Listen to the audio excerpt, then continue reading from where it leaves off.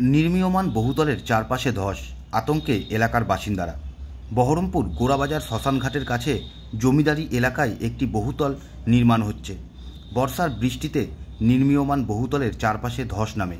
তার জেরে আতঙ্কিত হয়ে পড়েন ওই এলাকার বাসিন্দারা। নির্মীয়মান বহুতলের একপাশে 3 শরিকের বাড়ি। কোনো বাড়ির ভেতরে ফাটল ধরেছে, কোনো বাড়ির দেওয়াল ভেঙে পড়বার পরিস্থিতি তৈরি হয়েছে। আতঙ্কে বাড়ির লোকজন। তাদেরই একজন তরুণ ঘোষ দুপুর 1টা নাগাদ বলেন, পরিস্থিতি এতটাই আশঙ্কাজনক যে নিত্যকর্মের জন্য জলটুকু ব্যবহার করতে ভয় পাচ্ছেন তারা। প্রমোটারের পক্ষ থেকে অবশ্য সমস্যা সমাধানের আশ্বাস দেওয়া হয়েছে।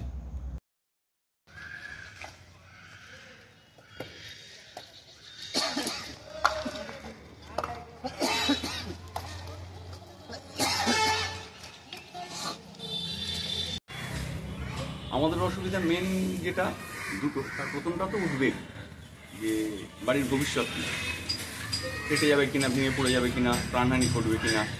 যিনি বানাচ্ছেন এই ফ্ল্যাট, তিনি যা ব্যবস্থা নেওয়া নিচ্ছেন, কিন্তু হচ্ছে প্রাণহানি ঘটে গেলে বাড়িটি যদি আজকে ভেঙে যায় আমি যাবো কোথায়?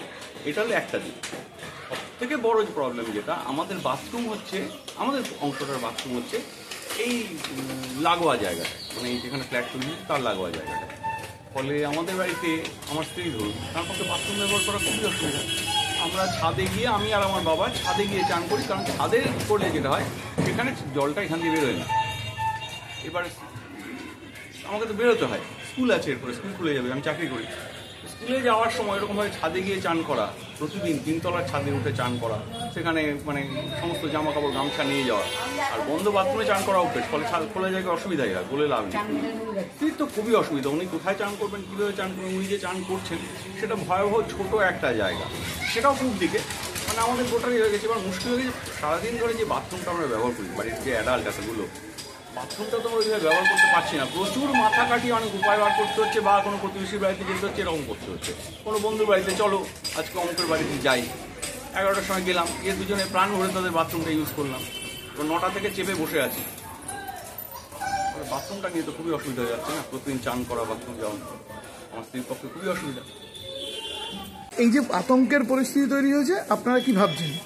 আতঙ্কের পরিস্থিতি তৈরি হচ্ছে, দেখেন আমরা ওখানে কাজ করছি, গত রাত্রে বৃষ্টিটা হয়েছিল, বৃষ্টিটার জন্যে আমরা যথেষ্ট তিরপল দিয়ে রেখেছি এবং ওখানে বল্লি মারা আছে।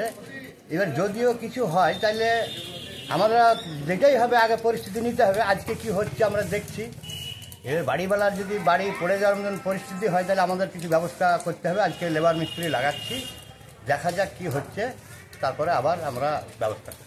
এই জায়গাটায় যখন আপনারা ঠিক করেন যে কাজ করবেন বলে, তখন মাটি পরীক্ষা বা আদার্স এই সমস্ত প্রিকশনগুলো কি নিয়েছিলেন? হ্যাঁ, ওগুলো সব নিয়েছি, ওগুলাও আছে, সব রিপোর্টই আছে।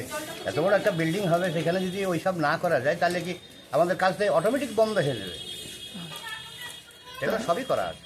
আচ্ছা, তাহলে এখন আপনারা পাবলিককে কিভাবে আশ্বস্ত করছেন? পাবলিককে আশ্বস্ত করছি মানে আমরা যেসব চারিধার ফাটল মাটল ধরছে সেসবগুলা বন্ধ করার ব্যবস্থা করছি, যাতে প্রেশারটা না পড়ে। যেখানে যেমন করে লাগবে সেখানে তেমন করে আমরা কাজ করার ব্যবস্থা করছি, এবং আমরা কাজটা নিচেটা তাড়াতাড়ি তোলারও ব্যবস্থা করছি। কি তৈরি হবে এখানে? এখানে একটা ফ্ল্যাট তৈরি হবে। কত তলা? এখানে 10 তলা। 10 তলা ফ্ল্যাট তৈরি। আচ্ছা, আপনার নাম? আমার নাম আনারুল। আপনি কে? আমি ওই কোম্পানিরই একজন।